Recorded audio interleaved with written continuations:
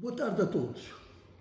Foi há menos de um ano, em maio de 2024, que dirigi ao engenheiro António Couto dos Santos uma carta por ocasião dos seus 75 anos.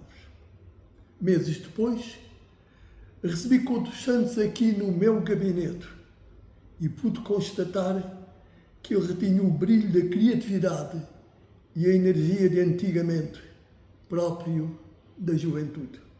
Sempre ativo, sempre empenhado, sempre com vontade de fazer coisas. Compreendem, por isso, o absoluto choque que constituiu, no passado dia 6 de janeiro, a notícia da sua morte.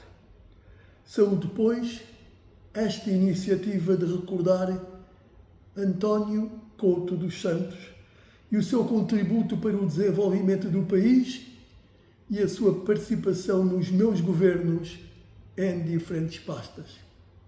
E agradeço o convite para vos dirigir algumas palavras. Chamei a Couto dos Santos o Ministro das Questões Difíceis e já lá irei.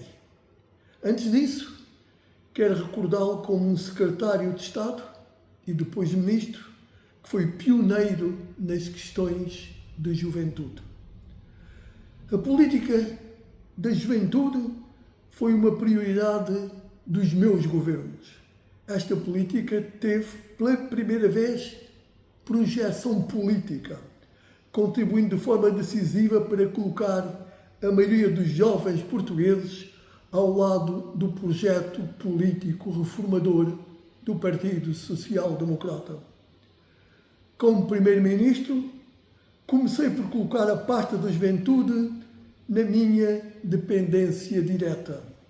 O secretário de Estado Couto dos Santos, com quem despachava diretamente, revelou uma extraordinária capacidade de trabalho e uma grande imaginação e criatividade. Gostava das reuniões em que ele vinha ao meu gabinete para despachar. Tinha sempre ideias novas para me apresentar, o que ia muito ao encontro da minha vontade de fazer coisas e ver a mudança acontecer. A Couto dos Santos se deve, entre muitas outras iniciativas, a criação do crédito jovem para a aquisição da habitação, o cartão jovem, o programa de ocupação dos tempos livres, a criação do Conselho Consultivo de Juventude, o início da redução do serviço militar obrigatório e a criação do subsídio de inserção dos jovens na vida ativa. Couto dos Santos deu um contributo importante para que, nas eleições de julho de 1987, os jovens tivessem estado maioritariamente ao lado do Partido Social Democrata, dando à campanha eleitoral um entusiasmo, uma alegria e um dinamismo inesquecíveis e que foram decisivos para a conquista da primeira maioria absoluta. Na formação do meu segundo governo, em 1987, decidi promover Couto dos Santos a ministro, reconhecendo as qualidades por ele demonstradas, mas também dando um sinal da atenção especial que mereciam as questões da juventude. Apesar do seu feitio reservado, Couto dos Santos não conseguiu esconder quando se sentia lisonjeado com o convite para ministro adjunto e da juventude. Então, atribuo-lhe também a responsabilidade pela área da comunicação social. É nesta área que Couto dos Santos ganha, como tive a ocasião de referir, a qualificação de Ministro das Questões Difíceis.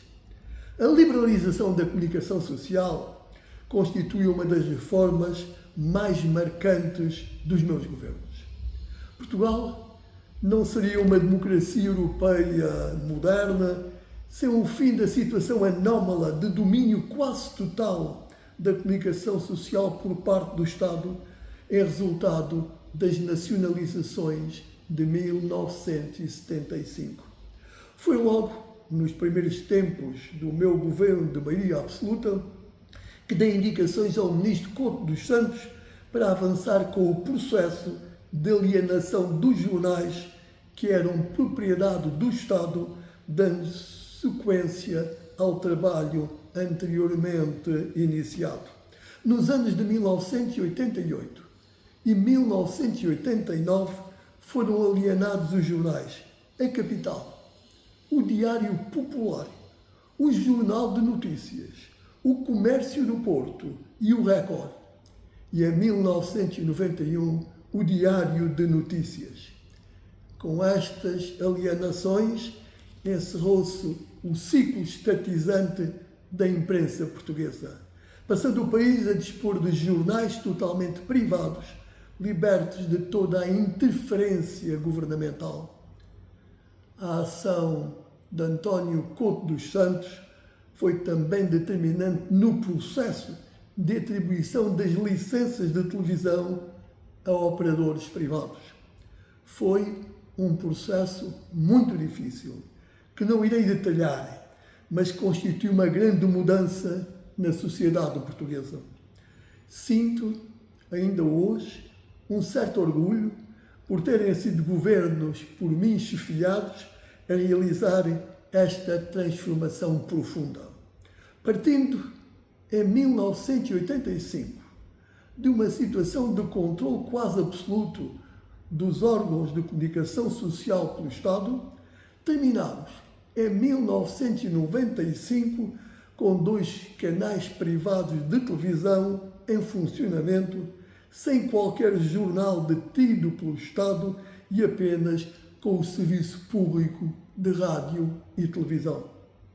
Couto dos Santos foi fundamental neste processo muito delicado, em que ambos fomos alvo de grandes pressões. Por fim, coube a Couto dos Santos a dificílima tarefa de liderar uma mudança crucial no nosso sistema de ensino, que trouxe alguma impopularidade ao meu governo, talvez pessoalmente também impopularidade ao ministro. Era uma mudança que se impunha. Em 1992, Couto dos Santos tornou-se Ministro da Educação, depois de ter sido Ministro Adjunto e da Juventude e Ministro Adjunto e dos Assuntos Parlamentares. O ensino superior era, até então, praticamente financiado por inteiro pelos dinheiros dos contribuintes, já que o montante das propinas, pago por aqueles que frequentavam o ensino superior, se mantinha inalterado há mais de 50 anos. Significava isso que os filhos das famílias mais ricas eram subsidiados por alguns contribuintes eventualmente mais pobres.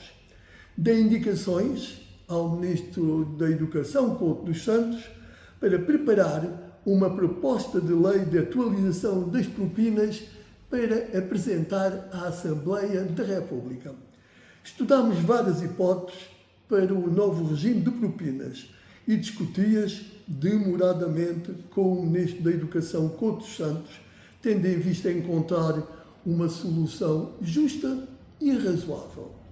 Foi decidido que o pagamento integral das propinas só seria exigido aos alunos de famílias de rendimentos claramente elevados, ficando os restantes jovens isentos ou sujeitos a uma redução do seu montante.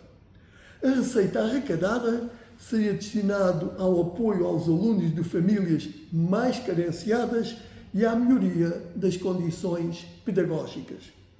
Atuei por forma a que o Ministro da Educação, Couto dos Santos, sentisse que contava com o meu total apoio. O Ministro foi, como sabem, o alvo preferido dos estudantes, os quais, pelas palavras de ordem que utilizaram e algumas atitudes tomadas, foram mais tarde qualificados como a geração rasca no editorial de um jornal diário. O sistema de propinas foi suspenso pelo governo seguinte, mas apenas por um ano. Foi sendo depois adaptado e tornando-se gradualmente semelhante ao que o meu governo tinha desenhado. Mantive, ao longo dos últimos anos, alguns contactos com António Couto dos Santos. Mantive, sobretudo, uma admiração pela sua maneira de estar, pela sua jovialidade, pela sua energia e dinamismo, que tanta falta fazem à nossa classe política.